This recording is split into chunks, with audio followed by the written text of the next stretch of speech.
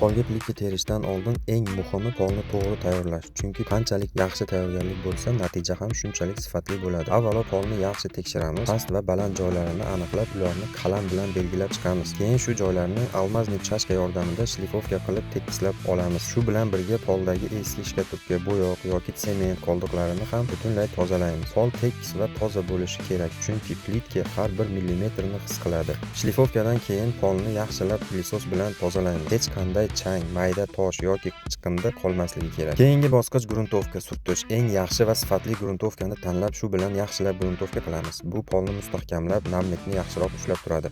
Gruntovka to'liq qurigandan keyin pol tayyor bo'ladi va ishni ishonch bilan boshlash mumkin. Eng asosiysi shoshilmaslik. Tayyorgarlik qanchalik puxta bo'lsa, natija ham shunchalik chiroyli, tekis va uzoq muddatli bo'ladi. Video sizga foydali bo'lgan bo'lsa, like bosishni va obuna bo'lishni unutmang. Barchaga rahmat.